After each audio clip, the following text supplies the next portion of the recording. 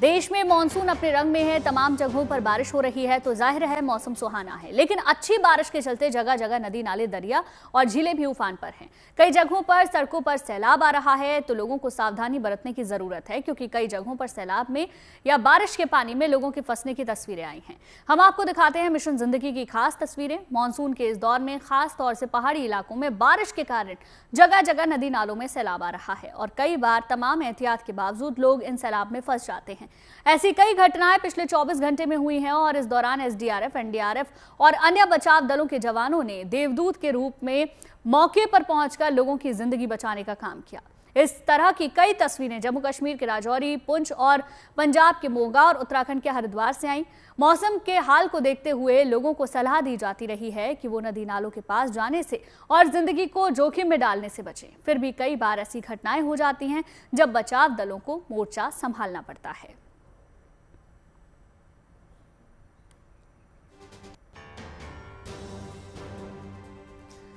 तो बात हो रही है बारिश, बाढ़ और रेस्क्यू की। देश के ज्यादातर हिस्सों में इस वक्त जोरदार बारिश हो रही है, जिसके चलते तमाम नदी नाले उफान पर हैं और जगह जगह लोग बाढ़ जैसे हालात का सामना कर रहे हैं। ऐसे में राहत और बचाव टीमें लोगों की मदद करने में जुटी हैं। राजौरी में सेना ने बड़ी मुश्किल से एक 10 साल के बच्चे को बचाया। उधर पंजाब के मोगा में बच्चों को बचाने के लिए परिजनों ने अपनी जान की भी परवाह नहीं की।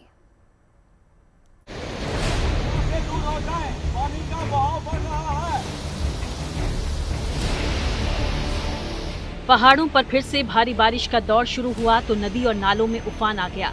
इस उफान के चलते कहीं रास्ते बह गए, कहीं पुल टूट गया और कहीं सैलाब के आगे जिंदगी बेबस नजर आई।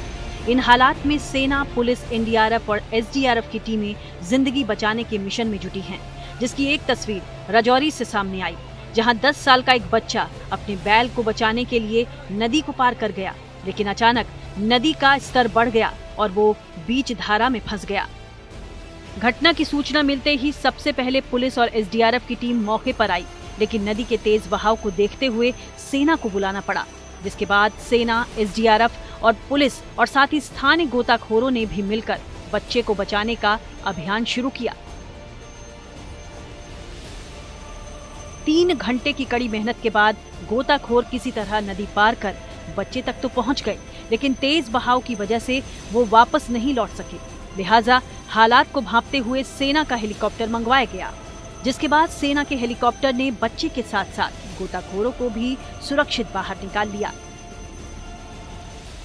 ये भारतीय सेना का फर्ज है और हम शुक्रगुजार है सिविल एडमिनिस्ट्रेशन का, जिन्होंने सही समय पे ये इन्फॉर्मेशन दी और हम इसमें लोकल लोगों का भी वो करते हैं। उन्होंने बहुत बहादुरी दिखाई और रिस्क लेके बच्चे की जान बचाना जो एम था, इसमें सारे लोगों का उतना ही पार्ट है। मिलजुल के एज अ